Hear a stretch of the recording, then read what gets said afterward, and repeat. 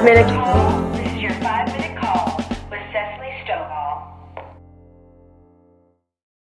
Hey, what's up, you guys? This is your 5-minute call with Cessalee Stovall. Today we have on the line Marisha Wallace, and her top 5 are as follows. Number 1, she is originally from Goldsboro, North Carolina.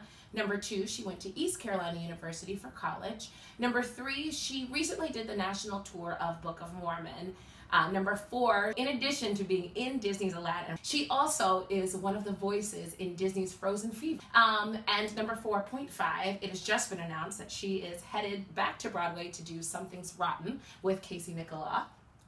And number 5, she is obsessed with eye makeup, and you will see when you see her face. She is always looking fabulous, and she says it's because she has no eyebrows like Whoopi Goldberg, but I think she looks real good. Welcome, Marisha. How's it going? I'm great. Good. Well, welcome to 5-Minute Call. The first question for you is, tell me a little bit about your journey from high school to college to where you are now. Well, my journey was a bit crazy because I didn't even know about Broadway really when I was in high school. I knew some Broadway tunes, but I never thought that I would be on Broadway. After high school, I auditioned to be a vocal performance major, so like an opera singer, I guess. I just wanted to sing, basically. And then I had some complications with my voice. I had to get vocal surgery at 18, like right out of high school. And that set me back from being able to be in the vocal performance major. But because you have to wait a year before you can be a musical theater major, I had time to recuperate my voice, and then I kind of fell into musical theater. So I always say, like, musical theater found me. I didn't find it. After college, straight into auditioning, and I haven't stopped working since I left college. Okay, now question number 2 for you is, tell me, what was a breakthrough moment? Like, what was the moment that you knew this is it? I think it was when I got Book of Mormon. Because up to that point, I had been doing dinner theaters, regional theaters. I had worked on cruise ships. I met my husband on a cruise ship. I worked everywhere. And this time when I got Book of Mormon, I went through this long process. It was a month-long audition process, which is absolutely crazy. And when I got that, I was like, okay, this is it. So that was like my breakup moment. What is the most memorable moment you've had, either on stage or off stage? I think the most memorable moment was performing at the Tonys. I mean, that was crazy. Number 1, I'm not a tapper. I'm actually barely a dancer. I'm just very good at moving and faking and tricking people. But I was in a gold, like for Friend Like Me, Do Friend Like Me, and I was in a gold costume and like with bedazzled out to the gods, like you're in 42nd Street. First of all, I would never be in 42nd Street. So that was the moment right there.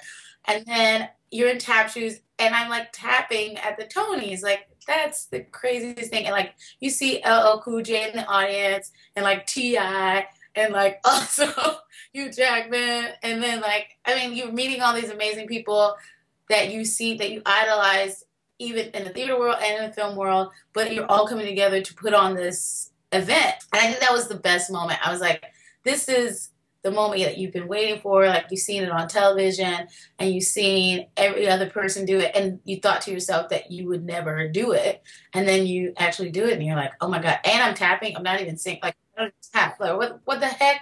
I'm tapping on the Tonys. Now, our question for you comes from our Twitter followers. And the question is, you've had the joy of working with director Casey Nicolaw in Book of Mormon, in Aladdin, and now in Something Rotten. So tell me a little bit about like how Casey Nicolaw is from show to show to show. Oh my God, he is the best. First off, I love his band. Secondly, he's so fun. The environment in his rehearsal space is fun. Like, he enjoys for you to just take chances and to make choices. He'll tell you if those choices are wrong, but he allows you to make those choices. And most of the time, he allows me the freedom to just do what I do. I get to play and do what I love to do. But he's great in the rehearsal room. He is strict. When we get down to the wire, it's like, okay, you better get those tap steps together, girl. You're going to be working on it outside. And you're like, I was tapping on the Tonys, Casey. I know how to do this. Tapping on Tonys. And so now he thinks I'm a tapper. I think I've finally tricked him into thinking that I'm actually a good dancer. Okay, and the last question we have for you, if you could give your 16-year-old self one piece of advice, what would it be? First I would say learn to draw your eyebrows on, like, right now. I just looking back at my senior pictures and I had no eyebrows. I was like, why? There was no YouTube. We had nothing. We had no tutorials. We had nothing. It's eyebrowless, but like with eyeshadow. That. Secondly, I would say don't sweat the small stuff because it's all small stuff. Like, just be who you are and don't worry. Like, I was always worried. I'm a bigger girl. I thought that to be on Broadway, you have to be skinny or that you have to look a certain way or your hair has to be a certain way. But your talent will always make room for you. I always was trying to be a certain type, or I thought I was a certain type or whatever. But I feel like now I'm creating my own type. So I would tell myself to just keep doing what you're doing and take a dance class. That's awesome. That's really great advice. And I'm sure that our viewers really appreciate that.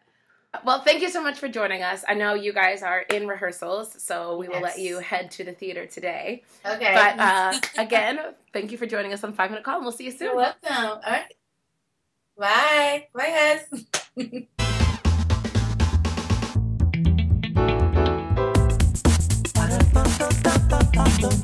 guys.